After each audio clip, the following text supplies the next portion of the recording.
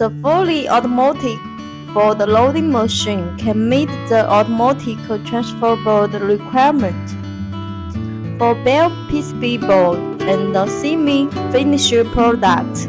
Is the first step in SMT process. The board loading machine can realize automatic independent board loading, manual board placement, and automatic board output.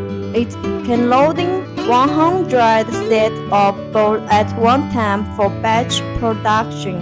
At the same time, it also can loading the super large size length 510 mm and the width 510 mm for industrial control motherboard requirement. It's an important auxiliary equipment in the SMT processing process, which improves production efficiency, reduce production cost, and improve production quality.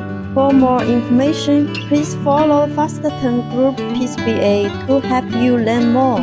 Thanks for your listening.